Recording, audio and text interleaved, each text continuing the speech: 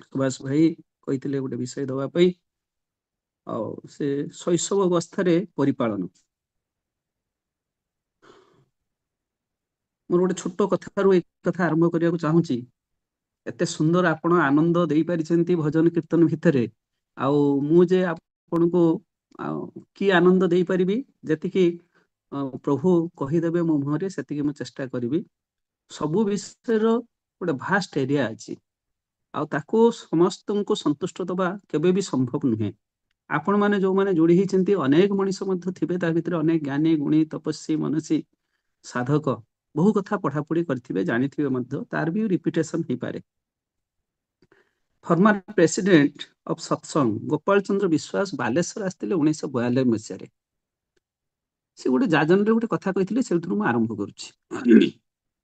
से जाजन रे हम मैंने देखू जो मैंने सब सत्संग जाजन रखती अनेक समय आपण मैंने मन कष्ट करेनि मु देखुची बड़ बड़ वक्ता माने भाषण टाइप रे हो जाजन होना केते जोर गर्जी परिबा केते जोर कहि परिबा ठीक अछि सेडा उत्सव समय पई टिके दरकार हुए बहु लोकंकर समावेश होता है गोटे वार्ता जाए बा गोटे भयस गोटे आवश्यकता थाए कि साधारण सत्संग मानक आम जाजन भाया मनीष बुझा भाया किसी कथा कहले भल लगे कहीं ईश्वर कथाटा को गोटे गर्जन टर्जन करवा मोर व्यक्तिगत कथा कहूँ एतेटा मत कहीं भल लगे ना जहा से जो गोपाल चंद्र विश्वास आसते अति सरल कथाटी गोटे कही भारी हार्ट टचिंग थिला कथाटी से कथाटी थिला गोटे गप जे जड़े धनाढ़ व्यक्ति भोजी आयोजन कर बहु लोक डाकी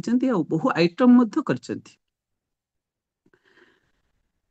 लोक मैंने आगु एमती बफे सिस्टम नाला समस्त को बाहागर हेले बा कौन मृतः क्रिया हेले प्राय लोक मैंने बसिकी सब खाइते दबार बंदोबस्त करते एत लोक डाकु नुले गाँव साई पड़िशा को डाकुले से अत्यंत अतिथि भाव विवेचना करी बसी सुंदर भाव परिवेशन होता हो हल्ला हो नाला खाइबाटा अन्न ग्रहणटा खाद्य ग्रहणटा गोटे नियम माफिक होता आम बर्तमान बहु लोक डाकुचे बफे सिस्टम जो चली गोटे जहा हो से भोजी रे लोक मैंने खाई घर को फेरुचंती सांगसाथी भितर सब कथा होचंती जे से जो फुलकोबी चिलीटा होता बहुत सुंदर लगुला आउ जने भाई कहते फुलकोबी चिली होता कि मु तो कहीं पाई नहीं आपन पाई ना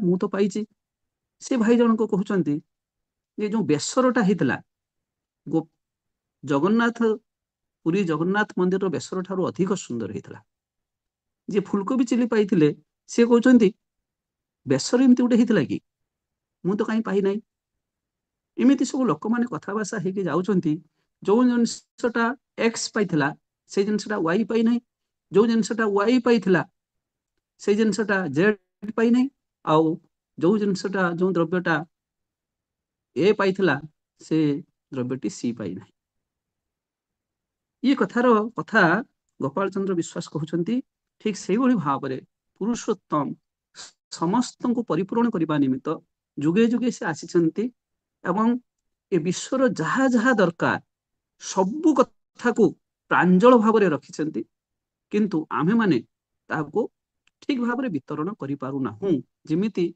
से धनाढ़ लोकटीर जो भोजी होता विभिन्न आइटम होता एवं जो माने ताको बांटिबा पई थिले से माने ठीक भाव में दे पारि नाहंती आमे माने ठीक से भली भाव में जुग पुरुषोत्तम श्री श्री ठाकुर अनुकूल चंद्रकर बहु कथा रही सी आसी पारु नाही लोकलोचन को आसी पारु नाही उड़ीसा सत्संग भुवनेश्वर ये गोटे प्रयास करिछि चेष्टा करछि क्षुद्र चेष्टा टी करछि जे विभिन्न विषय जहाँ श्री श्री ठाकुर कहुच्छी विभिन्न वाणी माध्यम विभिन्न लेखा माध्यम आलोचना प्रसंग ये सब कथा उन्मोचित हो साधारण मनीष या जानू केते जोर करिपरिबा चेष्टा तो करुचे ये प्रभुंकर कथा ये जन्म जन्मांतर आमर जो ଅପରିଷ୍କାର ରକ୍ତ ଆମ ଅଚଳନୀର ରକ୍ତ, ଅସଂସ୍କାରର ରକ୍ତ ପ୍ରବାହିତ ହଉଛି ଆମ ଏଇ ଶରୀର ଭିତରେ। ମୁଁ ଯାହା ଅନୁଭବ କରିପାରୁଛୁ, ଯେ ପଢାପଢି କରିକି ଯାହା ଜାଣୁଛୁ, ଠାକୁର ଯେ କୋଉ କଥା କହୁଛନ୍ତି, ଇଏ ଆମର ଟିକେ କଣ ଆଖିର ପଡିଲା, ଆକୁ କେତେବେଳେ ହଜମ କରିବା, କେତେବେଳେ ଆକୁ ମାନେ କେତେ ସମୟ ଲାଗିବ ଆକୁ ପ୍ରାକ୍ଟିସ କରିବା ପାଇଁ, ଅନେକ ଜନ୍ମ ଲାଗିପାରେ। এই ଶୈଶବ ଅବସ୍ଥାରେ ପରିପାଳନ କିଏ ପରିପାଳନ କରିବ? ପ୍ରଥମେ ବାପା ମା ହିଁ କରିବେ। ଆମମାନେ ସମସ୍ତେ ଜାଣୁ, ଇଂରାଜୀରେ ଗୋଟେ କଥା ଅଛି, ଚ୍ୟାରିଟି ବିଗିନ୍ସ ଏଟ୍ ହୋମ୍। ଆମେ ବାପା ମା ମାନେ ବର୍ତ୍ତମାନ ପିଲା ଜନ୍ମ ହେଲା ମାତ୍ରେ ତାର ପରିପାଳନ ଉପରେ ଜାଣୁ ବା ନ ଜାଣୁ, ବୁଝୁ କି ନ ବୁଝୁ, ଆମମାନେ ପ୍ରାୟ ଚାହୁଁ ଆମର ପିଲା ପ୍ରୋଟିନିୟସ୍ ଖାଦ୍ୟ ଖାଇବ, ହୃଷ୍ଟପୃଷ୍ଟ ହେଇଯିବ, ଏବଂ ଟିକେ ବଢିଲା ମାତ୍ରେ ତାକୁ ନାମଜାଦା ପବ୍ଲିକ ସ୍କୁଲରେ ପାଠ ପଢାଇବା। ଗୋଟେ ନିଶାରେ ପରିଣତ ହେଇଛି ବର୍ତ୍ତମାନ। ଶ୍ରୀ ଠାକୁର କିନ୍ତୁ ଗୋଟେ ବାଣୀରେ କହିଛନ୍ତି, the education of a child ends with itself before 20 years of its real birth। ଗୋଟେ ପିଲାର ସମସ୍ତ ଶିକ୍ଷା ସମାପ୍ତ ହେଇଥାଏ ତାର ଜନ୍ମର 20 ବର୍ଷ ପୂର୍ବରୁ। ଭକ୍ତମାନେ ପ୍ରଶ୍ନ କଲେ, ଏଟା କେମିତି ସମ୍ଭବ ଠାକୁର? ନା, ଯୋଉ ପୁଅ ଝିଅର ମିଳନରେ ସନ୍ତାନ ଜନ୍ମ ହେଇଥାଏ, ସେଇ ପୁଅ ଝିଅର ବିବାହର 20 ବର୍ଷ ପୂର୍ବରୁ ସେମାନଙ୍କର ଚାଲି ଚଳନ, ଆଚାର ବ୍ୟବହାର, ପିତୃଭକ୍ତି, ମାତୃଭକ୍ତି, ମାତୃକୁଳ ସଂସ୍କାର, ଏ ସବୁ ଗୁରୁ ଗୁରୁଜନ, ଅତିଥି ଅଭ୍ୟାଗତ, ପଶୁ ପକ୍ଷୀ, ଇ ପ୍ରତି ଯେମିତି ସେମାନଙ୍କର ଆଚରଣଟା, ସେ ଆଚରଣରେ ତାହାର ଚିନ୍ତା ବା ସଂସ୍କାରଟା ସୃଷ୍ଟି ହେଇଥାଏ, ଏବଂ ସେ ଚିତା ସଂସ୍କାରରୁ ସନ୍ତାନ ଜନ୍ମ ହୁଏ। ପ୍ରତ୍ୟେକଙ୍କର ଗୋଟେ ଇଚ୍ଛା ଅଛି। ଆମେ ଯଦି ଗୋଟେ ସାଧାରଣ ଘର ମାନଙ୍କର ଉଦାହରଣ ନବା, ଆମେ ଘର ମାନଙ୍କରେ ସବୁ ଏବେ ଶୀତ ଦିନ ଗେଣ୍ଡୁ ପୋହା ସବୁ ଲଗେଇଛେ।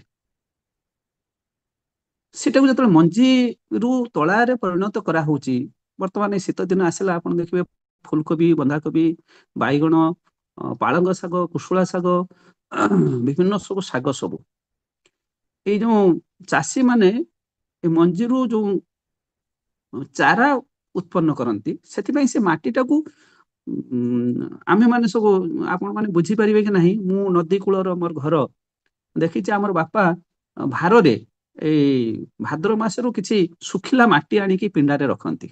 ଶୁଖିଯାଏ, ତାକୁ ବର୍ଷା ଫର୍ଷା ସମୟରେ ଆମେ ତାକୁ ସବୁ ପିଟିକି ତାକୁ ଚୂନା କରୁ, ଏବଂ ମାଟି ହାଣି ଏଇ ଭାଦ୍ର ମାସ ଶେଷ ଆଡକୁ ଫୁଲକୋବି ମଞ୍ଜି, ବନ୍ଧାକୋବି ମଞ୍ଜି, ଓଲକୋବି ମଞ୍ଜି ମାର୍କେଟରୁ ଆଣି ତାକୁ ତା ଉପରେ ଖୁବ ସତର୍କତାର ସହିତ ଗୋଟେ ଗୋଟେ ସବୁ ଲାଇନ କରି ପକାଯାଏ।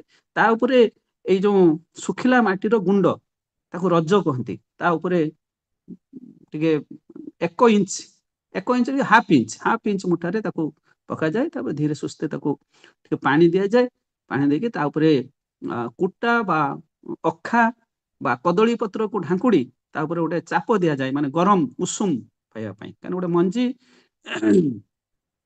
ଗଜା ହେବା ନିମିତ୍ତ ଉପଯୁକ୍ତ ମୂର୍ତ୍ତିକା ଏବଂ ବାୟୁ ଏବଂ ଉଷ୍ମତା ତାର ଆବଶ୍ୟକ ହେଇଥାଏ।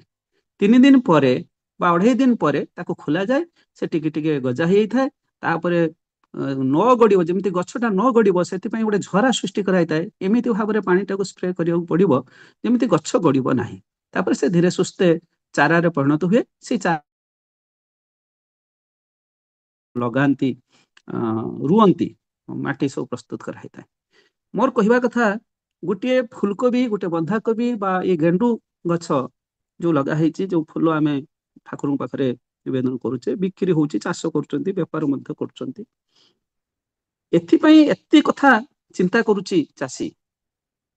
ଫୁଲକୋବିଟା ଯେତେବେଳେ ମାର୍କେଟରେ 40 ଟଙ୍କା ବିକ୍ରି ହଉଛୁ, ଏବଂ ଯେତେବେଳେ ବେଶୀ ପରିମାଣରେ ଚାଷୀର ବାହାରୁଛି 20 ଟଙ୍କା 30 ଟଙ୍କା ବିକୁଛି, ସେତେବେଳେ ଆମମାନେ ତାକୁ ବାର୍ଗେନିଂ ମଧ୍ୟ କରୁଛେ। ଭାଇ ବାଡିରୁ ଆଣିଛନ୍ତି, ଆଉ 2ଟା ନେବି, ଆଉ 50 ଟଙ୍କା ହବନି, 30 ଟଙ୍କା କହୁଛନ୍ତି, 50 ଟଙ୍କା ହବନି। अच्छा 25 ଟଙ୍କା ବିକିବା ପାଇଁ ସେ ଏତିକି ଚେଷ୍ଟା କରୁଛି, କିନ୍ତୁ ଯୋଉ ସନ୍ତାନକୁ ଆମେ ଜନ୍ମ ଦଉଛେ, ଯୋଉ ସନ୍ତାନ ଆମର ବଂଶ ରକ୍ଷା କରିବ, ଯୋଉ ସନ୍ତାନ ସମାଜରେ ଗୋଟେ ବିରାଟ ବଟବୃକ୍ଷ ଭଳିଆ ଅନ୍ୟମାନଙ୍କୁ ଆଲୋକ ପ୍ରଦାନ କରିବ, ଆମ ସମାଜରେ ଯାହା ସବୁ ଘଟି ହେଉଛି ତାହାକୁ ସୁଦିଗକୁ ଆଣିବା ପାଇଁ ପ୍ରୟାସ କରିବ, କାଲି ସେ ଡାକ୍ତର ହବ କି ଇଞ୍ଜିନିୟର ହବ ବା ମନ୍ତ୍ରୀ ହବ କି ପ୍ରଧାନମନ୍ତ୍ରୀ ହବ, ଇ ସମ୍ଭାବନା ତା ଭିତରେ ଥିବା ସତ୍ତ୍ୱେ ଆମେ କଣ ସତରେ ଏ ବାବଦରେ ଏତିକି ଚିନ୍ତା କରୁ କି? ପିଲାକୁ ସଂସ୍କାର ଦେବା ନିମିତ୍ତ ବାପା ମା ଏତିକି ଆମେ ଅଧ୍ୟୟନ ତ କରୁନାହୁଁ। ବର୍ତ୍ତମାନ ଆଗରୁ ଯୋଉ ନୀତି ନିୟମ ସବୁ ଥିଲା, ମୁନି ଋଷି ମାନେ ସୃଷ୍ଟି କରି ହେଇଥିଲେ, ଯୋଉମାନେ ଦ୍ରଷ୍ଟା ପୁରୁଷ ନିୟମ କାନୁନ ଦେଇଥିଲେ, ଯଦି ଆପଣ ମାନେ ମନୁ ସଂହିତାକୁ ଯିବେ, ପରାଶର ସଂହିତାକୁ ଯିବେ, ନାରଦ ସଂହିତାକୁ ଯିବେ, ଏସବୁ କଥା ବର୍ଣ୍ଣନା କରାହେଇଛି। ଯୋଉ ନିୟମ କାନୁନ ସବୁ କନଷ୍ଟିଟ୍ୟୁସନ ମାନେ ମଣିଷ ଭଲ ହବା ନିମିତ୍ତ ଯୋଉ ସମ୍ବିଧାନ ମନୁ ସଂହିତାରେ ଅଛି, ପରାଶର ସଂହିତାରେ ଅଛି, ନାରଦ ସଂହିତାରେ ଇତ୍ୟାଦି ସବୁ ଅଛି। ଏ ସବୁଥିକୁ ଚୁମ୍ପୁଡି ଶ୍ରୀ ଠାକୁର ଆମକୁ ଅତି ସହଜ ଭାବରେ ଆଣି ଆମ ପାଖରେ ବିଭିନ୍ନ ବିଷୟ ରଖିଛନ୍ତି। ଆପଣ ଗୋଟେ ଏଇ ସମ୍ବନ୍ଧରେ ଶ୍ରୀ ଠାକୁର ଯୋଉ 10 ବିଧ ଆର୍ଯ୍ୟ ସଂସ୍କାରର କଥା କହିଛନ୍ତି, ଗର୍ଭାଧାନ ସଂସ୍କାର, ପୁଂସବନ ସଂସ୍କାର, ସୀମନ୍ତୋନ୍ନୟନ ସଂସ୍କାର, ଯୋଉଟା କି ମା ଗର୍ଭରେ ଏଟା ରହିଥାଏ, ଏଇ 3ଟି ସଂସ୍କାର। ତାପରେ ଆସେ ଜାତକର୍ମ, ବହି ନିଷ୍କ୍ରମଣ, ନାମକରଣ, ଚୂଡାକରଣ, ଏ ପିତୃ ସଂସ୍କାର। ତାପରେ ଗୁରୁଙ୍କ ପାଖକୁ ଆସନ୍ତି ଉପନୟନ ବ୍ରତ, ବିବାହ ବ୍ରତ, ଇଏ ଗୁରୁଗତ ସଂସ୍କାର। ଏ ସବୁ ଭିତରେ ଗୋଟେ ସନ୍ତାନର ବିଭିନ୍ନ ଇଚ୍ଛା ବିଭିନ୍ନ ସମୟରେ ତାର ଡେଭଲପ ହୁଏ, ଜନ୍ମ ସମୟରୁ ପରବର୍ତ୍ତୀ ସମୟରେ। ଯୋଉ କଥା କହିଲି, ବାପା ମା ମାନେ ପୂର୍ବ ଅବସ୍ଥା ସେ ସବୁ ନୀତି ନିୟମ ସବୁ ଶିଖିବେ, ବାପା ମା ସେମାନଙ୍କୁ ଶିକ୍ଷା ଦେବେ ତାର ବିବାହ ପୂର୍ବରୁ। ସେ ତ ଅଲଗା ଟପିକ ଆଡକୁ ପଳେଇ ଯାଉଛି। ତାପରେ ଯେତେବେଳେ ମା ଗର୍ଭସ୍ଥ ହେବେ, ଭ୍ରୂଣ ସଞ୍ଚାର ହବ, ସେଇ ସମୟରେ କଥା ଯଦି ଆକୁ ଆମେ ଯୋଡ଼ିବା, ଆମେ ଗୋଟେ ପ୍ରମାଣ ମୁଁ ଆପଣମାନଙ୍କୁ ଦବାକୁ ଚାହୁଁଛି। ଆପଣ ମାନେ ଜାଣିଛନ୍ତି ଏ କଥା, ମୁଁ ଖାଲି ଦୋହରଉଛି। ପୁରାଣ ଶାସ୍ତ୍ରରେ ଧ୍ରୁବ ପ୍ରହ୍ଲାଦ କଥା ଆପଣ ମାନେ ପଢିଛନ୍ତି ବା ଶୁଣିଛନ୍ତି। କୌଣସି ସ୍କୁଲରେ ସେମାନେ ପଢିବାକୁ ଯାଇନଥିଲେ। ପଢିବା ପୂର୍ବରୁ ସେମାନେ ହରିନାମ ପ୍ରତି ଆସକ୍ତ ଥିଲେ ଏବଂ ସେ ହରିନାମ ମନନ କରିବା ନିମିତ୍ତ ଯାହା ଯାହା ଆପଣ ମାନେ ଜାଣିଛନ୍ତି, ସେମାନଙ୍କର ପିତାମାତା ଯୋଉ ସଂସ୍କାର ଦେଇଥିଲେ। ଏଠି ତ ଆମେ ଯଦି ପ୍ରହ୍ଲାଦଙ୍କୁ ଦେଖିବା, ସେଠି ବାପର ସଂସ୍କାର ନଥିଲା। ମା ଗର୍ଭଧାରଣ କରିବା ଠାରୁ ଗର୍ଭଧାରଣ ପୂର୍ବରୁ ଚେଷ୍ଟା କରିଛନ୍ତି ଯେମିତି ମୋର ହରିଭକ୍ତ ସନ୍ତାନଟେ ଜନ୍ମ ହେବେ। ସେ କଥା ଆପଣ ଜାଣିଛନ୍ତି, ମୁଁ ସେ ଗପ ପାଖକୁ ଯାଉନାହିଁ। ଯାହା ଫଳରେ ସେ ହରିନାମ ମନନ କରିଛି ଜନ୍ମ ହେବା ପରଠାରୁ, ଏବଂ ହରିମୟ ସଂସାରକୁ, ପାଣିକୁ, ପର୍ବତକୁ, ହାତୀକୁ, ନିଆଁକୁ, ଏ ସବୁକୁ ସେ ହରି ଭିତରେ ଦେଖିଛନ୍ତି ଏବଂ ସବୁ କ୍ଷେତ୍ରରେ ହରି ହିଁ ତାକୁ ରକ୍ଷା କରିଛନ୍ତି। କୌଣସି ଏଠି ଜ୍ଞାନ ବିଜ୍ଞାନ କାମ କରିନାହିଁ, କୌଣସି ଧନ ସମ୍ପତ୍ତି କାମ କରିନାହିଁ, କୌଣସି ଅସ୍ତ୍ର ଶସ୍ତ୍ର ମଧ୍ୟ କାମ କରିନାହିଁ, କେବଳ ନାମ, ହରିନାମ। ଅତଏବ ମା ଗର୍ଭସ୍ଥ ହେବା ଦିନ ଠାରୁ ଯଦି ଶିଖିକି ଆସିଥାନ୍ତି, ସେ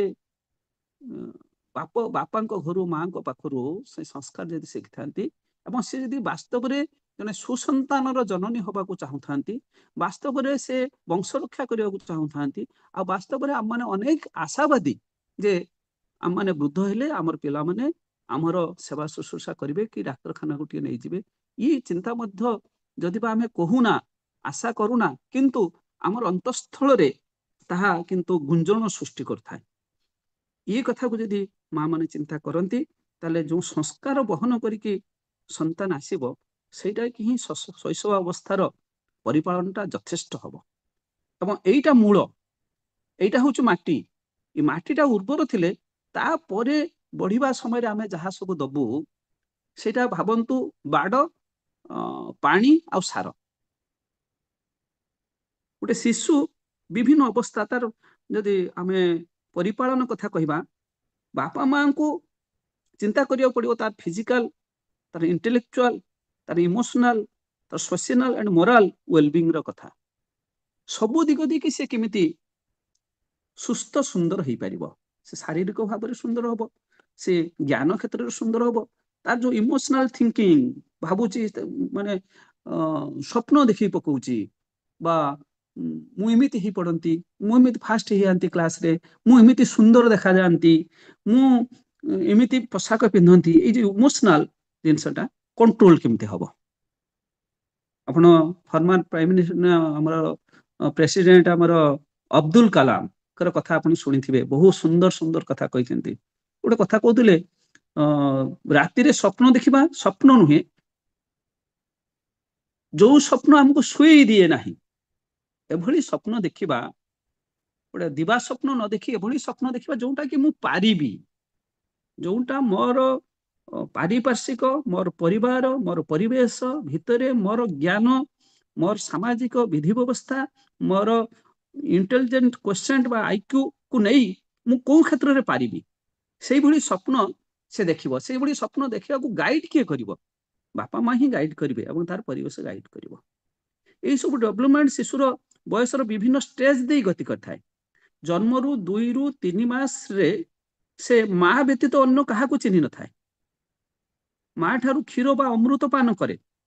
ମା ଯଦି କ୍ଷୀର ଦେଲା ବେଳେ, ଆମେ ସବୁ ସତ୍ସଙ୍ଗୀ ମାନେ ପ୍ରାୟ ଆପଣ ମାନେ ଏଠି ଯୋଡି ହେଇଛନ୍ତି, ଯଦି ସେ ଆମେ ନାମକୁ ବିଶ୍ୱାସ କରୁଥାଇ, ନାମକୁ ବିଶ୍ୱାସ କରିଛେ ବୋଲି ତ ଦୀକ୍ଷା ଗ୍ରହଣ କରିଛେ, ଏ ନାମ ଭିତରେ ସବୁ କିଛି ଅଛି, ଏ ନାମ ମନନ କରି କରି ମୋର ସନ୍ତାନକୁ ମୁଁ ଅମୃତ ଦଉଛି, ଏଇ ଅମୃତ ପାନ କରି ସେ ମଣିଷ ହବ, ଏଇଟା ଯଦି ସେ ଚିନ୍ତା କରେ, ଈଶ୍ୱରଙ୍କ କଥା ଚିନ୍ତା କରେ, ଠାକୁରଙ୍କର କଥା ଚିନ୍ତା କରେ, ଲକ୍ଷ୍ମୀ ମାଙ୍କର କଥା ଚିନ୍ତା କରେ, କରି କରି ତାକୁ ଯଦି କ୍ଷୀର ପାନ କରୁଥାଏ, ନିଶ୍ଚିତ ଭାବରେ ସେ କ୍ଷୀର ତା ଭିତରକୁ ପ୍ରବେଶ କରି ତାର ଯୋଉ ଅନ୍ମୟ କୋଷ ସବୁ ସୃଷ୍ଟି ହବ, ତାହା ପିତୃ ଭକ୍ତି, ମାତୃଭକ୍ତି ଏବଂ ଗୁରୁ ଭକ୍ତିର କାରଣ ହବ, ଯୋଉଟା କି ଆମର ବେଶ, ଯୋଉ ବେଶରୁ ଆମେ ଆମର ବ୍ୟକ୍ତିତ୍ୱଟା ବିକାଶ ହବ। ଶୈଶବର ପ୍ରାଥମିକ ଅବସ୍ଥା ଇଏ। 12 ମାସରୁ 24 ମାସ ଚାଲିବା ଆରମ୍ଭ କରିଥାଏ ପିଲା। ଦେଖିବେ ଆପଣ, ସେ ଉଠିବ ଗୋଟେ ଖଟକୁ ଧରିକି ବା କିଛି ଗୋଟେ ଆଶ୍ରାକୁ ଧରିକି ସେ ଛିଡା ହେଇ ଖିଲି ଖିଲି ହସି ହସି ଚାଲିବାର ପ୍ରୟାସ କରେ। ଏଇ ତାର ଖିଲି ଖିଲି ହସ ରୁ ସମସ୍ତେ ଆନନ୍ଦ ପାଆନ୍ତି, ସମସ୍ତେ ତାଙ୍କୁ ଧରି ଗେଲ କରିବାକୁ ଚାହାନ୍ତି। ଆପଣ ମାନେ ପୁରୁଣା କଥା ମନେ ରଖିଛନ୍ତି କି, ବା ସେ ଆମର ଯୋଉ ପୂର୍ବରୁ ଯୋଉ ଆମର ମୋର ମା ମାନଙ୍କ କଥା, ମୋ ମା ର କଥା ମନେ ପକେଇ ମୁଁ ଗୋଟେ କଥା କହିବାକୁ ଚାହୁଁଛି। ଆମେ ବହୁ ଭାଇ ଭଉଣୀ ଥିଲୁ। ମା କଣ କରୁଥିଲେ, ଆମର ଧାନ ସିଝା କରନ୍ତି, ଆଉ ଆଗରୁ ତ ସବୁ ପାଣି ସବୁ ନଳକୂପରୁ ନଥିଲା, ଅଣା ହଉଥିଲା ଟୁଏଲ ନେଇ ଯୋଉ କଣ ନନ୍ଦକୂପରୁ ପାଣି ଆଣିତେ ଯାଇଥିବେ ବା କାଠ ସଂଗ୍ରହ କରିବାକୁ ଯାଇଥିବେ, ପିଲାଟି ବିଛଣାରେ ପଡିଥିବ, ପିଲାଟି ବେଳେ ବେଳେ କଣ କରେ ନା ଝାଡା ଫେରି ଦେଇ ଘାଣ୍ଟି ଚକୁଟି ମଧ୍ୟ ଦେଇଥାଏ। এইଭଳି ଅବସ୍ଥାରେ ଯାହା ଦୃଷ୍ଟିରେ ପଡେ ଏଇ ଦୃଶ୍ୟଟା, ସିଏ ଡାକି ପଠାଏ, ମା ଯଦି ବଡ ଭାଇ ଭଉଣୀ ଅଛନ୍ତି, ମା ପିଲା ଏମିତି ଝାଡା ଫେରି ପକେଇଛି, ଏଇ ବଡ ବୋଉ ଏଇ ପିଲା ଏମିତି କରିଛି, ଏଇ ଭାଉଜ ଅମିକି କରିଛି। କେହି କିନ୍ତୁ ପିଲାଟାକୁ ସେତେବେଳେ ଏତେ ସହଜରେ ଛୁଅନ୍ତି ନାହିଁ।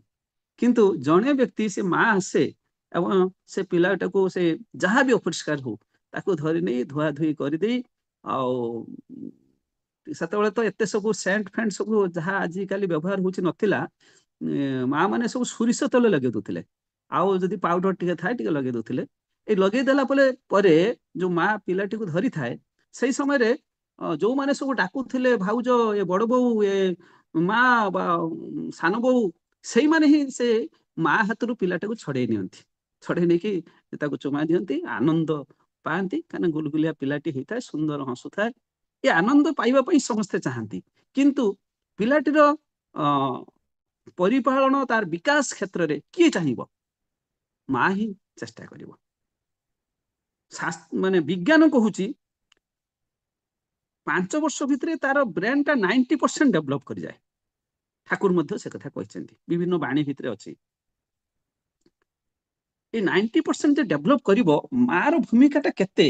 ସେ ରୋଷେଇ କରିବେ, ସେ ଗେଷ୍ଟ ଆସିଲେ ଚା ଦେବେ, ସେ ବେଲା ବାସନ ଧୋଇବେ, ଆଉ ତାହାରି ଭିତରେ आजिकाली सब माँ माने भी चाकरी भी कर चाकरी को जिबे कर्मसंस्थान जिबे पिलाटार यही सब जो विकास यही सब विकासटा जदि माँ पूर्वर जानी नथिबो अध्ययन करि नथिबो ए बाबद रे ताकर बापा माँ जदि ताको शिखै नथिबे ताले अनेक समय माँ माने चिड़चिड़ा हुंती एते गुडा काम पिलाटा कौन गोटे कले ताको पिटी पकांती अमी करंती जहा पर पिलार वास्तव विकास हुए नाही एटा परिपालन रे गोटे आघात सृष्टि करे 5 रु 7 वर्ष रे शिशुर फाइन मोटर स्किल्स डेवलप हुए फाइन मोटर स्किल्स पहिले अपन देखिए प्रथमे पिलाटा जतले ओ आ लेखा आरंभ हो जाए 5 वर्ष बेलू बापा माँ मैंने शिक्षा दियंती से देखे बड़ बड़ अक्षर रे लेखे किंतु 7 वर्ष है बेलू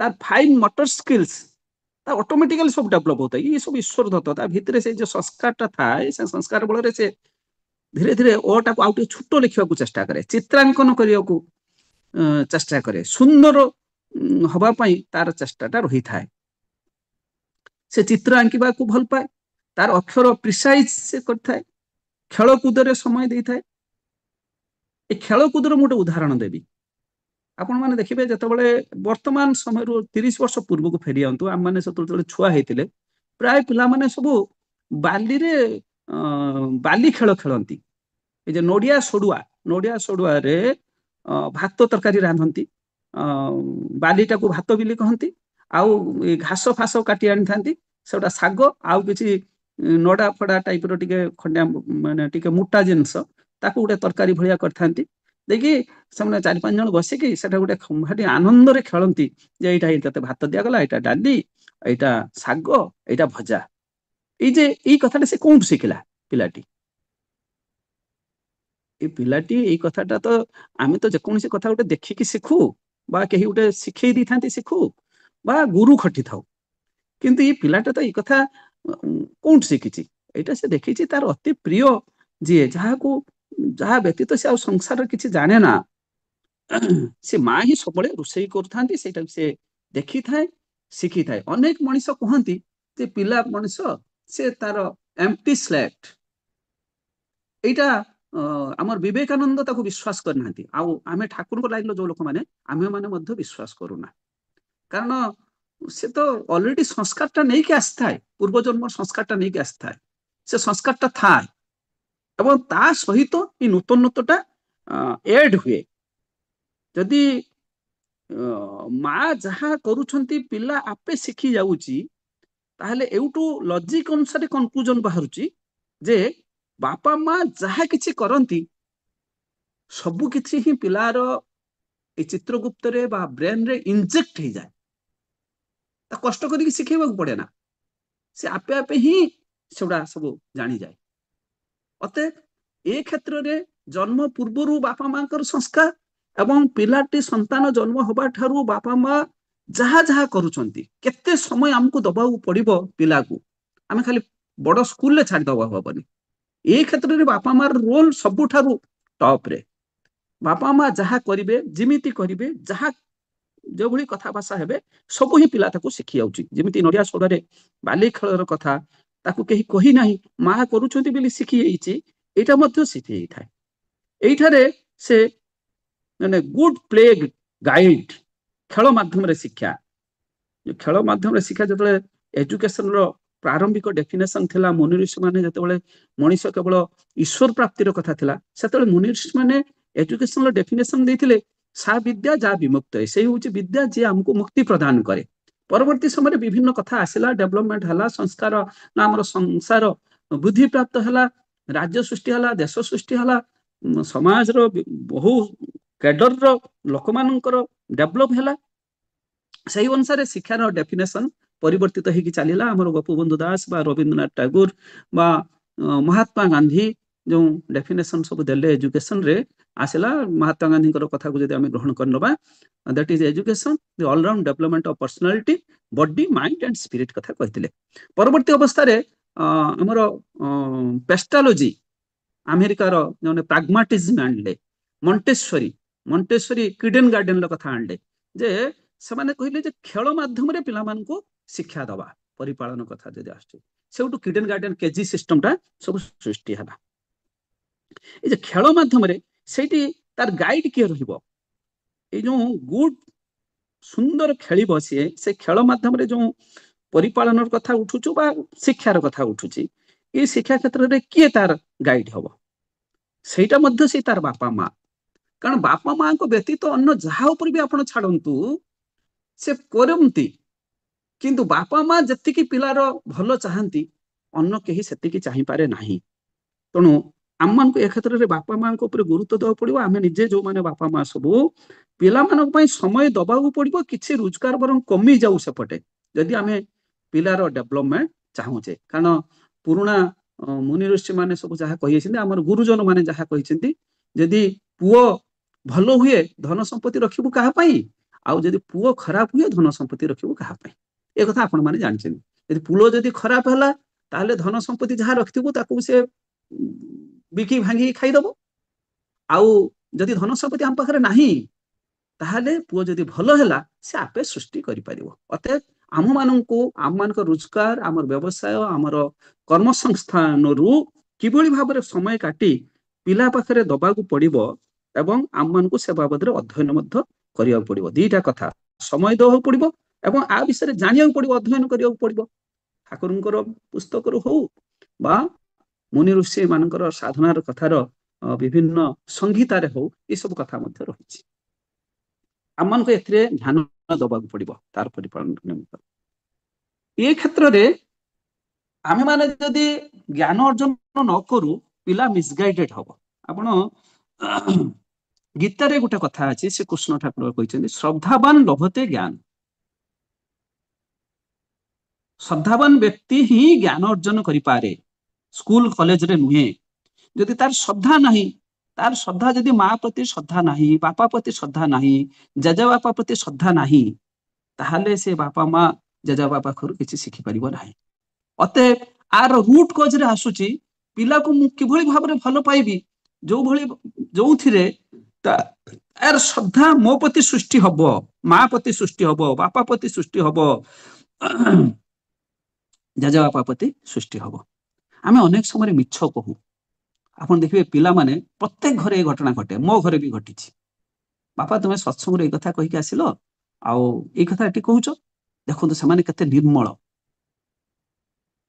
से बापा माँ रो भूल टाकू भी चाहती ना से भी चाहती मोर बापा माँ सुंदर हूँ मोर बापा माँ संसार रे बड़ मनीष बोली परिचित हो अत आम जदि मिछ कहू आम जदि कहार कुसारटना करू पिला ताकू अपोज करुच्ची जदि संस्कार देथिबे पिला को देखिए पिला ही अपोज करिवो जे बापा एटा तांको विरुद्ध कहबाटा ठीक नहीं माँ एटा कथा ठीक नहीं कृष्ण ठाकुर से कथा कहउछन श्रद्धावान लभते ज्ञान तो श्रद्धाटा बापा माँ प्रति आसवा निमित्त आमर आचरणटा सुंदर होबा दरकार आमर आचरणटा निर्मल होबा दरकार से कथा मध्य कृष्ण ठाकुर कहउछन जो जच्छद सयवस्व जो कथा आमर से फिलोसोफर ना हठात मन पड़ुनी कौन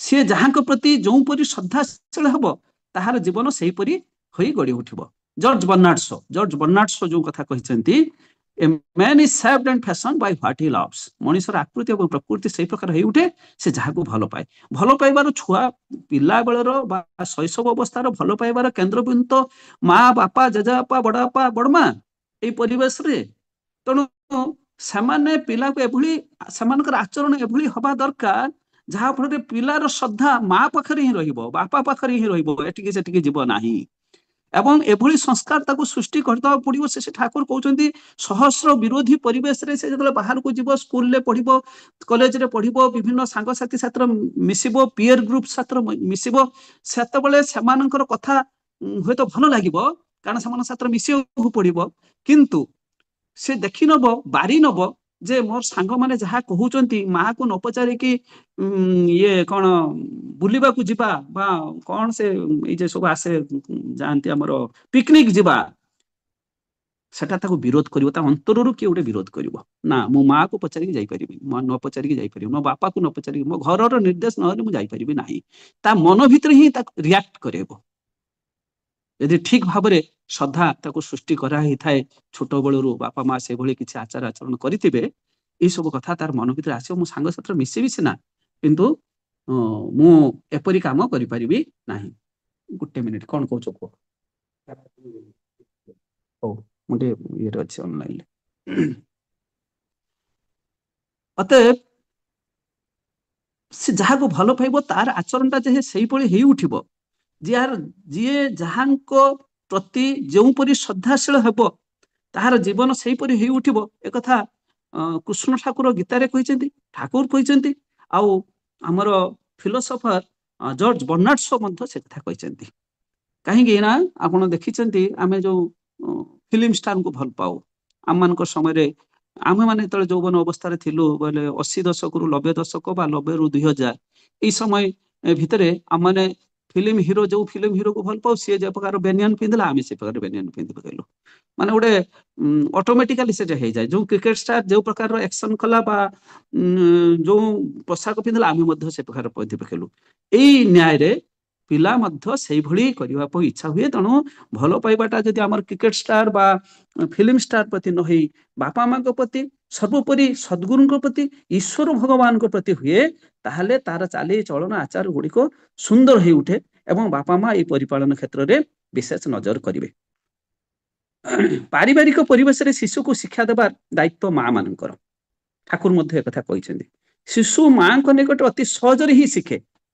ଆମେ ଟ୍ୟୁସନ ଦେଇଦଉ, ଟ୍ୟୁସନରେ ସିଏ ବର୍ତ୍ତମାନ ଯୋଉ କମର୍ସିଆଲ ପାଠ ପଢା ହେଲାଣି, ଆପଣ ଦେଖୁଥିବେ କାହାରି ପାଖରେ ଆଜ୍ଞା ସମୟ ନାହିଁ। ଘଣ୍ଟାଟିଏ ଆସିବେ, ତାଙ୍କର ସିଏ ବି ପଇସା ଇନକମ କରିବେ, କାରଣ ସବୁ ଜିନିଷର ଦରଦାମ ବଢିଲାଣି। ମାନେ ଆମର ଗୋଟେ ସୋସିଆଲ ଗ୍ୟାପ ବର୍ତ୍ତମାନ ବଢିଲାଣି, ଯେ 30 ବର୍ଷ ବା 40 ବର୍ଷ ପୂର୍ବରୁ ଗୋଟେ ବାପର ଯଦି 4ଟା ସନ୍ତାନ ହଉଥିଲେ, ଗୋଟେ ପୁଅ ଯଦି ପାଠ ପଢିକି ଚାକିରିଟିଏ କରୁଥିଲା, ଆଉ 3 ଭାଇଙ୍କର ମନ କଷ୍ଟ ହଉନଥିଲା। ସେ ଭାବୁଥିଲେ ଯେ ଭାଇ ତାର ପାଠ ପଢିଲା, ଆଉ ତାର ପାଠ ଭଲ ହେଲା, ଆମମାନଙ୍କର ପାଠ ଭଲ ନାହିଁ, ଆମେ କିନ୍ତୁ ଚାଷ କରିକି ଆମର ପେଟ ପୋଷି ଦବୁ। ବିଶେଷ କିଛି ଅସୁବିଧା ହଉନଥିଲା, କାରଣ ସେତେବେଳେ ଚାକିରିଆ ମାନଙ୍କର ଦରମା କମ ଥିଲା। ଏମାନେ ମଧ୍ୟ ଆଉ 3 ଭାଇ ସେମାନେ ଚାଷ କରିକି ମଧ୍ୟ ସେତିକି ରୋଜଗାର କରିପାରୁଥିଲେ, ଯାହାଫଳରେ ঈର୍ଷା ଆକ୍ରୋଶ ସୃଷ୍ଟି ହଉନଥିଲା। କିନ୍ତୁ ବର୍ତ୍ତମାନ 6th ପେ କମିଶନ ପରେ 2006ର ପରବର୍ତ୍ତୀ ଅବସ୍ଥାରେ ଚାକିରିଆ ମାନଙ୍କର ଦରମା ଏତେ ହାଇ ହେଇଗଲା, ଯାହାଫଳରେ ସବୁ କିଛିର ଦରଦାମ ବଢିଗଲା।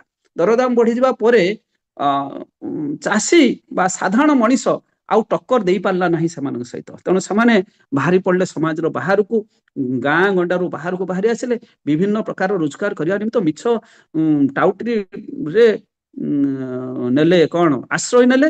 ଏବଂ ବର୍ତ୍ତମାନ ଦେଖୁଛନ୍ତି ଆପଣ ମାନେ କିଛି ପାଠ ପଢା ପିଲା ବାହାରି ପଡିଛନ୍ତି ଛିନତାଇ କରିବେ। ସେ ସବୁ ଆଡକୁ ଗଲେ କଥା ଅଲଗା ହେଇଯିବ। ତେଣୁ ପରିବାରର ସମସ୍ତେ ଶିଶୁକୁ ଯେମିତି ଭଲ ପାଆନ୍ତି, ସମସ୍ତେ ଚାହାନ୍ତି ଶିଶୁ ଭଲ ହଉ, କିନ୍ତୁ ସମସ୍ତେ ଯଦି ଶିଶୁକୁ ଶିକ୍ଷା ଦିଅନ୍ତି, ତେବେ ଶିଶୁ ବହୁମୁଖୀ ହୋଇ ପଡିବ। ସମସ୍ତଙ୍କର କଥା ଶୁଣି ମାନି ଶିଖି ଚଳିବାକୁ ଗଲେ ସେ ବହୁକେନ୍ଦ୍ରିକ ର ଶିକାର ହେଇ ପଡିବ। ତାର ମନର ବୃତ୍ତି ପ୍ରବୃତ୍ତି ଇତସ୍ତତ ହୋଇ ଚାଲିବ। ତେଣୁ ପରିବାରର ସମସ୍ତଙ୍କର ଉଚିତ ପ୍ରତ୍ୟକ୍ଷରେ କେବଳ ମା ହିଁ ଶିକ୍ଷା ଦେବେ ବା ବାପା ହିଁ ଶିକ୍ଷା ଦେବେ। ସମସ୍ତେ ତାକୁ ଭଲ ପାଇବେ, ଭଲ କଥା ଶିଖେଇବେ, କିନ୍ତୁ ପାଠ ପଢା କ୍ଷେତ୍ରରେ ଜଣେ ହିଁ, ବାପା ହୁଅନ୍ତୁ କିମ୍ବା ମା ହୁଅନ୍ତୁ, ବସିବେ କିଛି ସମୟ ତାଙ୍କ ପାଖରେ, ଯାହାଫଳରେ ତାକୁ ସୁଶିକ୍ଷା ଦେଇପାରିବେ। ପାଠ ସହିତ ଯାହା ପ୍ରଥମ ଶ୍ରେଣୀର ବା ଦ୍ୱିତୀୟ ଶ୍ରେଣୀର କଥା ଅଛି, ସେ କରିକୁଲମ ଅନୁସାରେ, ସିଲାବସ ଅନୁସାରେ ପାଠ ସହିତ ସାଠ ମଧ୍ୟ ରହିବ। ବାପା ମା ତାକୁ ଶିକ୍ଷା ଦେବେ। ଶିଖେଇବାକୁ ଯାଇକି ଅନେକ ସମୟରେ ଆମେ କଣ କରୁ, ବୃଥା ଶାସନ କରୁ। ସବୁ ନାରୀର ନୀତିରେ ସବୁ ବାଣୀ ମଧ୍ୟ ରହିଛି। କଠିନ ଶାସନ, ଅଶାଳୀନ ବାକ୍ୟ, ଧମକ ଦବା, ଏଇ ସବୁ କଥା ହେଲେ ପିଲା ବାପା ମାଙ୍କୁ ବେଶୀ ଭଲ ପାଇପାରେ ନା, କାରଣ ସିଏ ବି ଆନନ୍ଦ ଚାହେଁ। ତେଣୁ ସିଏ ସାଙ୍ଗସାଥି ପାଖରୁ, ପିୟର ଗ୍ରୁପ ପାଖରୁ ଯୋଉ ଗପ ସପ ଭିତରେ ଯୋଉ ଆନନ୍ଦ ପାଏ ସେଇଟାକୁ ଚାହିଁବ। ବାପା ମାଙ୍କ ପାଠ ପଢା ପାଖରେ ତାର ମନ ରହିବ ନାହିଁ, ଆଉ ବାପା ମାଙ୍କ ଶାସନ ଭିତରେ ସେ ରହିବାକୁ ଚାହିଁବ ନାହିଁ। ତେଣୁ ଅଶାଳୀନ ବାକ୍ୟ ବା କଠିନ ଶାସନ ଆଦୌ କରାଯିବ ନାହିଁ। ସେଥିରେ ଶିଶୁର ଭବିଷ୍ୟତ ଶିକ୍ଷାର ପଥ ଅନ୍ଧକାରଚ୍ଛନ୍ନ ହୋଇପଡେ। ଶିଶୁର ସାଧାରଣ ଭୁଲ ତ୍ରୁଟି ଗୁଡିକୁ ଆଦର ସହାୟକ କରି ସଂଶୋଧନ କରିବାକୁ ହେବ। ସେତିକି ବେଳେ ହିଁ ଆଦର କରି ମନ୍ଦ ଝୁଙ୍କକୁ ମୋଡ ନବା କରିବାକୁ ପଡିବ। ସେ ଗୋଟେ ବାକ୍ୟ ଲେଖି ପକେଇଛି, ସେଟା ଭୁଲ ହେଇ, ତୁ କିଛି ଜାଣିନୁ, ତୁ କିଛି କରିପାରିବୁନି, ତୋର ସାଙ୍ଗ ହେଇ ସେ ଅମିକି ର ଛୁଆକୁ ଦେଖ, ସେ କେତେ ସୁନ୍ଦର ଲେଖି ପାରୁଛି। ଅର୍ଥାତ୍ ତା ପ୍ରତି ଗୋଟେ କଣ କୁତ୍ସାର ଟନା ବା ତା ପ୍ରତି ଗୋଟେ ସେ ନ ପାରିବାର ଗୋଟେ ଇଏଟାକୁ ଆମେ ପେଲି ଦେଲୁ। ନା, ସେ କଣ ଲେଖିଛି ସେଇଟା ଖୁବ ସୁନ୍ଦର ଲେଖିଛୁ। तार अक्षरटा जदि टिके बंका ହେଇଯାଇଛି ताकू चंद्रमा देखई मा एई को देख चंद्र जेमति गोल एई भली भाबरे ए बटाको एमति गोल करिके लेखिबो बढ़िया ହେଇଛି तोर वाक्यटी तोर लेखाटे भी सुंदर ହେଇଛି खाली एई बटाको टिके चेंज कर देले बा घटाको टिके चेंज कर देले तोर सब किछि सुंदर ହେଇଯିବ से सेउटु पाइला प्रेरणा जे मा ना मो लेखा ठीक ହେଇଛି आ टिके मते एटा परिवर्तन करिया पड़िबो मु सेठी जदि खुंटा दिए जे तार पुओ एमिति लेखि पकौची तार झियो फास्ट हेउची तू किछि पारिलु नाही ए प्रकार कथा कहले से किंतु ग्रहण करिवो नाही शिशु को स्वास्थ्य और सदाचार मूल सूत्र गुड़िक शिखाई देवा पड़ो समय कौन खाइले एवं किपरि खाइले शरीर खराब हुए यह बुझाई देवा सुभाष भाई मत केते समय पर्यंत कहबी मु हेलो आपण मान को सुभा जाउची तो कहतु कहतु आ 10 मिनट कहतु 10 मिनट अच्छा ठीक है जय गुरु शिशु को स्वास्थ्य और सदाचार मूल सूत्र गुड़ी को बुझाई देवा पड़ो कौन खाइले एवं किपरि खाइले शरीर खराब हो बुझाई देवा हम जितेबले सेतेबले जेपरि सेपरि भाव में खाइबा नहीं भोक लगिले खाइबा को पड़ो हाथ गोड़ और मुह धोई खाइबा को सर्वदा परिष्कार परिच्छन्न रहिबा शिक्षा प्रत्येकटा क्षेत्र में आमको नजर देव जिते से नाकरे मुहरे जेटा ठाकुर कहते मुहरे हाथ में दबा उचित नुहे हाथ देले हाथ धोइबा को हुए ये सब कथा जिते शिशु अवस्था से शिखी नब बड़ काल को आकू से ऑटोमेटिकली आम जमी प्रथम जो बाइक चलाऊ दिथर तीन थर पड़ू क्लच केमती धरवा कि ब्रेक केमती धरवा किंतु 2-4 वर्ष चढ़ला आपन आउटी क्लच अच्छी कई ब्रेक अच्छी देखती कि आप ऑटोमेटिकली आप गाड़ी बसी स्टार्ट कर दिखती तार हाथ गुड़ तार कई क्लच चापिब कई ब्रेक दब कई बांकर केमी काटब कई इंडिकेटर दब से ऑटोमेटिकली देहसुआ हो जाए ठीक से भाव में शिशु अवस्था ये सब कथा गुड़िक सदाचार ज्ञान गुड़िक से शिखी नब बड़ हेले से सब जिन शिशुर मार्जित रुचिबोध सौंदर्यबोध सृष्टि करदे हम खाली सुंदर पढ़िले आउ ये सब कथा शिखीगले देखा परिष्कार परिच्छन्न ही नथिबो मुंडटा मथाटा कुंडे जेन तेन कुंडे आजिकल सब चुटी जो भाई भाव में काटिले गोटे केमी गोटे ये प्रकार काटी गोटे देखा सुंदर लगुन भल पढ़ुव भल कथा सब थी गुड़ हाथ परिष्कार नसबू जिनस गुड़िक आमको नजर देवा पड़ो क्या सहित किपरि व्यवहार करने को हुए क्या सहित किपरि कथा कहवा हुए किपरि भाव में कथा कहवा उचित नुहे गुरुजन मान संगे किपरि कथा कहवा पड़े मधुर भाषा विनय और अनुरोधर स्वर कथा कहवा हुए ये कथा को मध्य परिपालन समय दृष्टि देवा पड़ो सेवा किपरि करने हुए आदेश किपरि भाव में पालन करने को हुए भल पाइबा क्या कहती समस्त किपरि भल पाइबा को हेब किपरि भाव में अन्यर दुख कष्ट अभाव असुविधा लाघव करने को हम किपरि भाव में आदर आप्यायन करने को हम साहाय्य सहानुभूति दया प्रेम साधुता सरलता इत्यादि शिशु को भल भाव में बुझाई देवा पड़ो कर्तव्य अकर्तव्य ये सब कथा को बापा माँ माने नजर देवे एवं सर्वोपरि शिशु को ईश्वर और ईश्वर उपासना गुरु और गुरु सेवा पिता माता मोर 2003 रे मोर बड़ झील जन्म है मोर मन कहीं आसला कहीं आम छुआटी बेले मोर बापा थिले आगुरी सब माली पाटी ना कि गाँ गहली रे से यात्रार डायरेक्टर थिले पाठ तांकर 4th श्रेणी किंतु मोर बापा गौड़ीय वैष्णव थिले आउ ना मोर बुढ़ापा गौड़ीय वैष्णव थिले बापा मध्य से धारा रे आमर से गौड़ीय वैष्णव समय माने 3 पुरुष पूर्व आम घर पियाज रसुण एंट्री हो नाला बापा किंतु साहित्य भागवत महाभारत को पढ़ा भल पाते पाठ जमा 4th श्रेणी संध्या माने बसिकी पढ़ा आरंभ करदे आम मान को डाकिबे से किसी कथा कहे तापर से यात्रा शिखेबा स्कूल को जाती आगुरी स्कूल गृह गुड़िक सब जो आखड़ा आखड़ा आखड़ा सब परमिशन मिलूला से समय ସେଠି ସବୁ ଆଖଡ଼ା ଶିକ୍ଷା ଦେବାକୁ ପଡ଼େ। ରାତି 11ଟା 12ଟା ବେଳେ ଫେରିବେ। ମୁଁ ତାଙ୍କ ସାଥିରେ ଦୌଡ଼ିବାକୁ ଚାହେଁ। ଆଉ ସେଇ ସମୟରେ ବେଳେ ବେଳେ ଆମେ ସେତେବେଳେ ତ ପୌରାଣିକ ନାଟକ ସବୁ ହଉଥିଲା। ପୌରାଣିକ ନାଟକରେ ରାବଣର ଯୁଦ୍ଧ, କଂସ କୃଷ୍ଣଙ୍କର ଯୁଦ୍ଧ, ସେ ସବୁ ଯେ ଧରିଥାନ୍ତି ତରବାଲି, ଆମେ କଣ କରୁ ବାଡରୁ ଏଇ ଯୋଉ ଆମ ବାଡିରେ ସବୁ ଥାଏ ଗଛ, ତାକୁ କାଟିକି ହାତଟା ଧରିବାଟାକୁ ଟିକେ ମୋଟା କରିକି ଆରପଟ ଦିଟାକୁ ଛେଲିକି ଖଣ୍ଡାରଙ୍ଗ କରିକି ସାଙ୍ଗମାନେ ଆମେ ଯୁଦ୍ଧ କରୁ। ମୋର ସେଇ କଥାଟି ମନେ ପଡିଲା। ସେ କଥା ତ ଆଉ ବର୍ତ୍ତମାନ ହଉନାହିଁ। ମୋର ଝିଅକୁ ମୁଁ କହିଲି ଗୋଟେ ମା ଖେଳିବୁ, ଜାଣିଛୁ ନା ଆମର ଯେ ସତ୍ସଙ୍ଗ ହୁଏ, ସେ ସତ୍ସଙ୍ଗରେ ଆଉ ସେ ଧୂଳିର ବସିବୁ କାହିଁକି, ପିଣ୍ଡାରେ ବସିବୁ, ଆଉ ଠାକୁରଙ୍କ ଫଟୋ ରଖିଦବୁ, ଠାକୁର ଲକ୍ଷ୍ମୀ ମା ବରଦା ଆଉ ଆଚାର୍ଯ୍ୟଙ୍କ ଫଟୋ ରଖିଦବୁ, ଫୁଲ କିଛି ତୁଳି ଆଣିବୁ, ଯେମିତି ଆମର ସତ୍ସଙ୍ଗ ହୁଏ ସେଇରକ କରିବୁ। ସେମାନେ ତାପରେ ସମୟରେ ସାନ ଝିଅ ଆରମ୍ଭ ହେଲା, ସେମାନେ ଗୋଟେ ସେଇଟାକୁ କମ୍ପିଟିସନରେ ଲଗେଇଲେ। ଅର୍ଥାତ୍ ମୁଁ କହିବାକୁ ଚାହୁଁଛି ଯେ ନଡିଆ ଛୁଡିଆରେ ଖେଳିବା କଥା, ଯଦି ଆମେ ଛୋଟ ମିନି ସତ୍ସଙ୍ଗ ମାନେ ଏଠି ନିୟମ କାନୁନ କିଛି ନାହିଁ, ମାନେ ପିଲାମାନେ ଏତେ ନିୟମ କାନୁନ କୋଉଠୁ ଜାଣିବେ।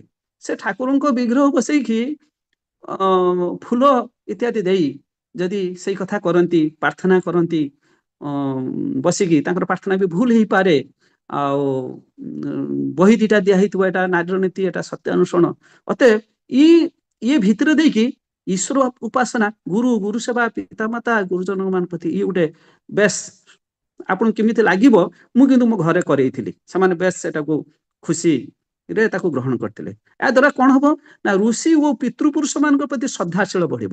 ଆଦର୍ଶ ଆଚାର୍ଯ୍ୟ ଇଷ୍ଟ କୁଷ୍ଟି ଧର୍ମ କୁଳ ସଂସ୍କୃତିର ବୈଶିଷ୍ଟ୍ୟ, ଦେଶାତ୍ମବୋଧକ ଗୀତ, ଜାତୀୟ ସଙ୍ଗୀତ ଗାନ କରିବା, ଏ ସବୁ ଜିନିଷ ପ୍ରତି ଦେଖିବେ। ଆପଣ ଦେଖିବେ ପିଲାମାନେ ଯୋଉ ସ୍କୁଲକୁ ଯାଆନ୍ତି, ଆପଣ ଦେଖିବେ ସେ ବୁଝନ୍ତୁ ନ ବୁଝନ୍ତୁ, ଅଗଷ୍ଟ 15 ଜାନୁଆରୀ 26 ଜାତୀୟ ସଙ୍ଗୀତ ଗାନ କରିବା ଭିତରେ ଦେଇକି ସୈନିକ ମାନଙ୍କୁ ଭଲ ପାଆନ୍ତି, ଦେଶ ସେବାକୁ ମଧ୍ୟ ଭଲ ପାଆନ୍ତି। ସେମାନେ କରନ୍ତୁ ବା ନ କରନ୍ତୁ, ଯଦି ନିଜ ଦେଶ ବିରୁଦ୍ଧରେ କିଏ କଣ କିଛି କହିଲା ବା ନିଜ ଜାତି ବିରୁଦ୍ଧରେ କିଏ କିଛି କହିଲା, ସେମାନେ ସ୍ୱର ଉତ୍ତୋଳନ କରନ୍ତି। ଅର୍ଥାତ୍ ସେମାନଙ୍କର ନିଶା, ସେମାନଙ୍କର ମାନେ ସଂସ୍କାରଟା ଦେଶ ପ୍ରତି ଭଲ ପାଇବା, ବାପା ମା ପ୍ରତି ଭଲ ପାଇବା ଅଟୋମେଟିକାଲି ଅଛି। ଆମକୁ ଖାଲି ଟିକେ ତାକୁ ଉଖୁଡି ଦବାକୁ ପଡିବ, ଆମକୁ ତାକୁ ଟିକେ ପ୍ରେରଣା ଯୋଗେଇବାକୁ ପଡିବ, ଯାହାଫଳରେ ସେଟା କଣ ହେଇଯିବ, ବଦ୍ଧ ଧାରଣା ମଣିଷ ଭିତରେ ସୃଷ୍ଟି, ପିଲାମାନଙ୍କ ଭିତରେ ସୃଷ୍ଟି ହେଇଯିବ। ଦୈନନ୍ଦିନ କହିବା, କରିବା ଓ ଚଳିବା ମାଧ୍ୟମରେ ଶିଶୁର ଅଭ୍ୟାସ ଓ ବ୍ୟବହାରକୁ ସୁଷ୍ଠ ସୁନ୍ଦର ଭାବରେ ଗଢି ଉଠିବାକୁ ପଡିବ। ଶିଶୁକୁ ବୁଝାଇ ଦେବାକୁ ପଡିବ, ପ୍ରଥମେ ତୁମର ମାତା ପିତା, ତାଙ୍କ ଉପରେ ଅଛନ୍ତି ଗୁରୁ। ଏଇ 3 ଜଣ ହେଲେ, ମୁଁ ଅନେକ ସମୟରେ ମୋର କଲେଜରେ କୁହେ, ଆମର କନଫ୍ୟୁସିୟସ ଗୋଟେ କଥା କହିଥିଲେ, ଯେମିତି ଆମର ଗୌତମ ବୁଦ୍ଧ, ମହାବୀର ଜୈନ ଆସିଲେ, କଣ ରିଲିଜିୟସ ରିଫର୍ମସ ମୁଭମେଣ୍ଟ ହେଲା, ବେଦିକ ସିଭିଲାଇଜେସନ ପରେ ଯୋଉ ପଶି ଆସିଲା ଯୋଉ ଆମର ଆର୍ଯ୍ୟ ସଂସ୍କାର ଥିଲା, ତାର ପରବର୍ତ୍ତୀ ସମୟରେ ଯୋଉ ପରବର୍ତ୍ତୀ ବୈଦିକ ଯୁଗରେ ଜାତିଭେଦ, ଛୁଆଁ ଅଛୁଆଁ ଭେଦଭାବ, ଏବଂ ଏଇ ଯୋଉ ଆସିଗଲା ଓଂ ହିଳିଂ କ୍ଲିଂ, ସେଟା କଣ କୁହାଉଛି, ଇଏ ଶବ୍ଦଟା ହଠାତ୍ ଆସୁନାହିଁ, ସେଇ ସବୁ ଯୋଉ ଆସିଗଲା ସବୁ ସାଧନା କରିବା, ମନ୍ତ୍ର ତନ୍ତ୍ର ବିଦ୍ୟା, ଏଇ ତନ୍ତ୍ର ବିଦ୍ୟା ହେକା ଯୋଉ ଆସିଗଲା, ତାକୁ ରିଫର୍ମେସନ କଲେ 6th ସେଞ୍ଚୁରୀ ବିସିରେ ଗୌତମ ବୁଦ୍ଧ ଏବଂ ମହାବୀର। ଠିକ ସେଇ ସମୟରେ ଚୀନରେ ସଂସ୍କାର କରିଥିଲେ କନଫ୍ୟୁସିୟସ। ସେ ଗୋଟେ କଥା କହିଥିଲେ, ସେ କଥାଟି ଆମ ସମସ୍ତଙ୍କ ପାଇଁ ପ୍ରଯୁଜ୍ୟ, ଯେ ଆମେ ଗୁରୁଜନ ମାନେ ଯାହା କହି ତାକୁ ଯଦି ବାସ୍ତବରେ କରି, ତାହେଲେ ଏଇ ଧରାଟା ସ୍ୱର୍ଗରେ ପରିଣତ ହବ। ଅର୍ଥାତ୍ ସେ କହିବାକୁ ଚାହୁଁଥିଲେ ଯେ ଆମେ ଗୁରୁଜନ ମାନେ ଖାଲି ଉପଦେଶ ଦେଇ, ଭଲ ହୁଅ କହି, କିନ୍ତୁ ନିଜେ କରିନା। କନଫ୍ୟୁସିୟସ କହିଲେ, ଯଦି ଗୁରୁଜନ ମାନେ ଯାହା କୁହନ୍ତି ତାହା ଯଦି କରନ୍ତି, ତାହେଲେ ଧରାଟା ସ୍ୱର୍ଗରେ ପରିଣତ ହବ। ଅତଏବ ଆମେ ଯାହା କହୁ ବା କରୁ, ସେଇଟା ଯଦି ପିଲାଙ୍କ ସହିତ ମେଳଟା ଖାଏ, ତାହେଲେ ପିଲାମାନେ ତାକୁ ମାନନ୍ତି ଏବଂ ସୁନ୍ଦର ହେଇ ଉଠନ୍ତି।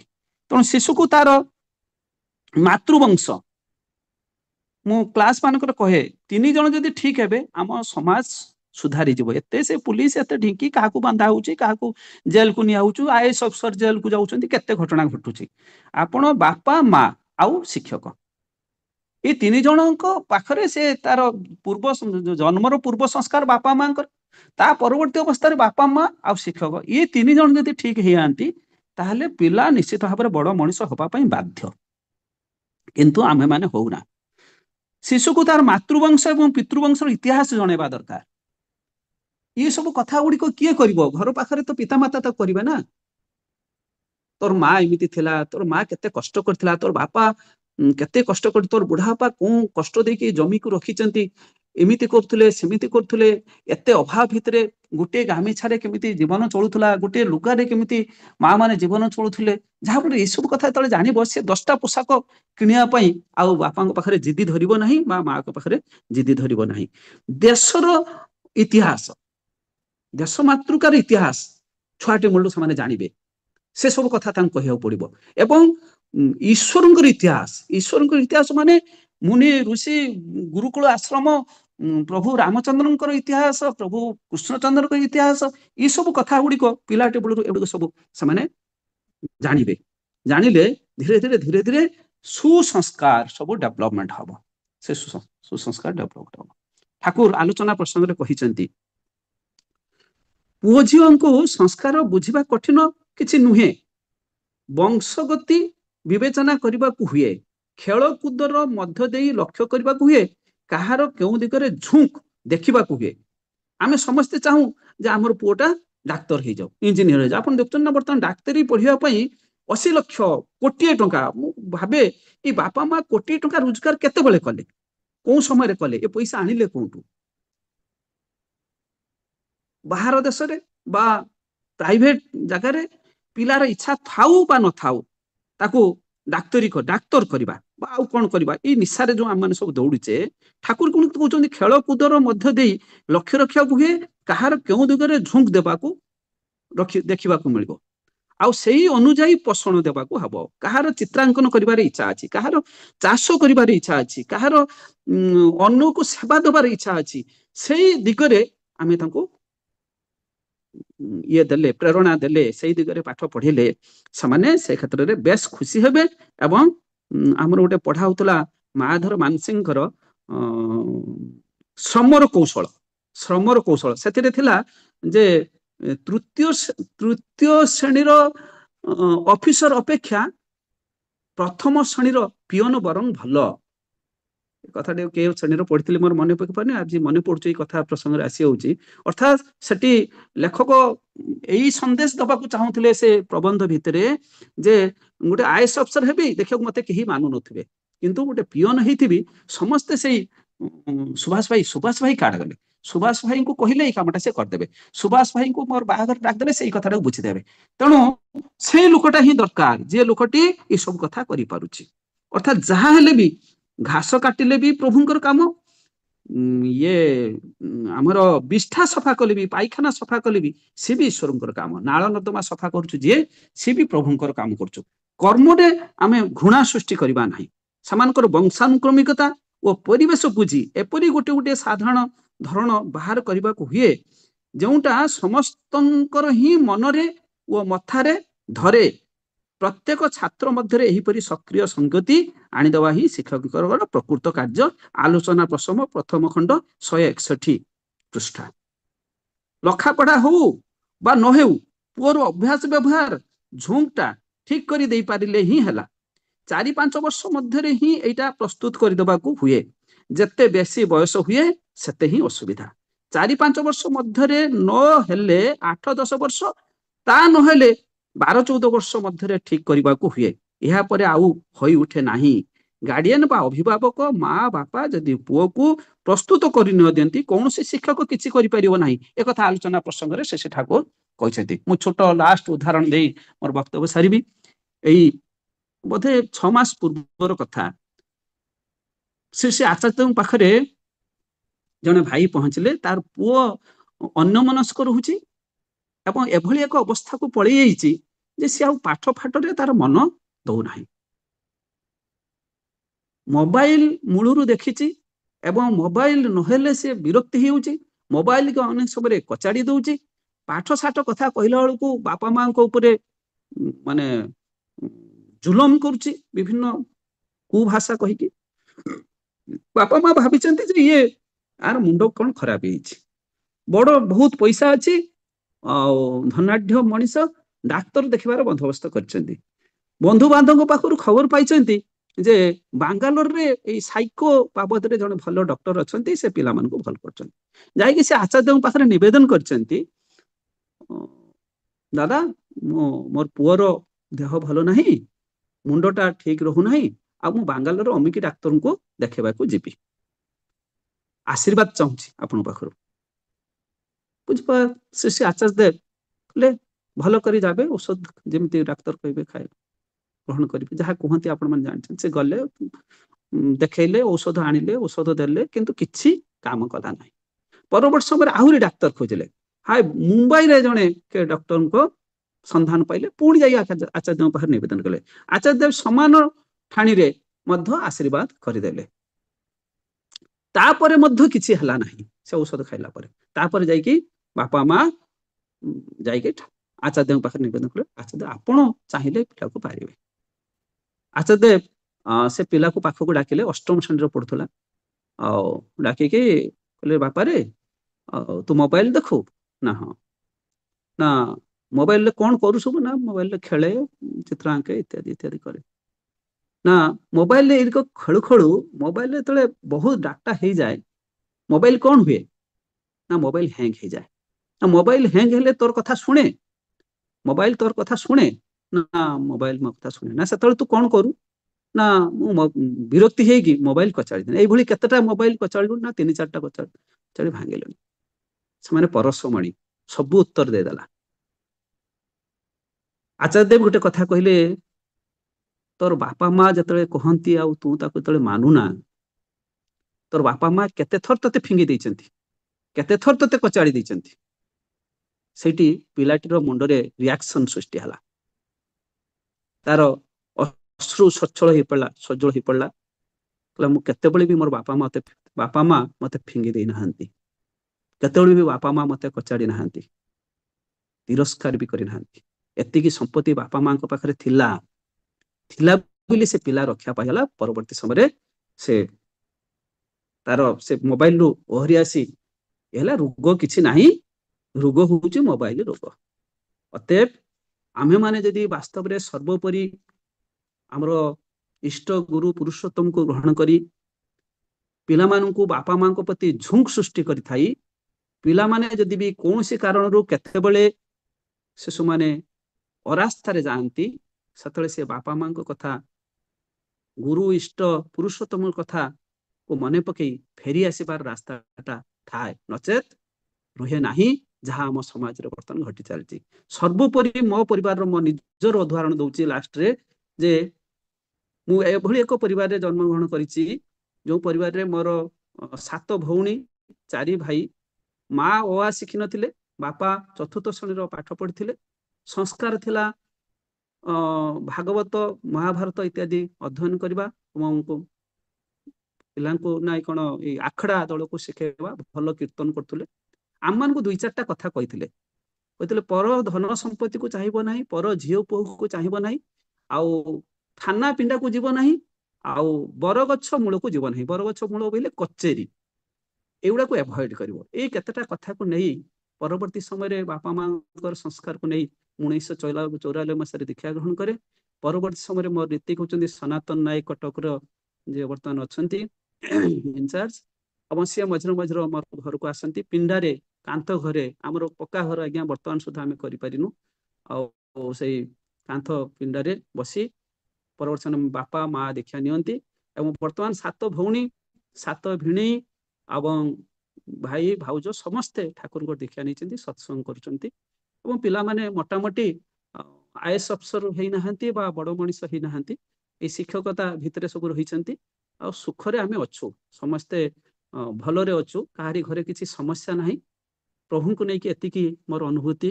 ଆଉ ଆମମାନେ ସମସ୍ତେ ପ୍ରଭୁଙ୍କୁ ନେଇକି ସବୁ କ୍ଷେତ୍ରରେ କେନ୍ଦ୍ର, ଯଦି ମହିଖୁମ୍ପ ଆମର ଈଶ୍ୱର ହୁଅନ୍ତି, ଠାକୁର ହୁଅନ୍ତି, ଆମେ ନେଇକି ଚାଲୁ। ଧୀରେ ଧୀରେ ଏଇ ସବୁ କଥା ଗୁଡିକ ଶିଖିଯିବୁ। ଆମର ନିଜର ପରିବର୍ତ୍ତନ ହବା ସଙ୍ଗେ ସଙ୍ଗେ ସମାଜର ପରିବର୍ତ୍ତନ ହବ। ସମସ୍ତଙ୍କର ଠାକୁରଙ୍କ ପାଖରେ ମୋର ପ୍ରାର୍ଥନା, ସମସ୍ତେ ଆପଣମାନେ ଭଲରେ ରୁହନ୍ତୁ। ଆପଣ ଯୋଉମାନେ ଗୁରୁଜନ ଅଛନ୍ତି ମତେ ମଧ୍ୟ ଆଶୀର୍ବାଦ କରନ୍ତୁ, ଆଉ ମୁଁ ମଧ୍ୟ ଏଇ ପ୍ରଭୁଙ୍କ ରାସ୍ତାରେ ଯେମିତି ରହିପାରେ। ଜୟ ଗୁରୁ ସମସ୍ତ। ଜୟ ଗୁରୁ ଜୟ ଗୁରୁ ଜୟ ଗୁରୁ।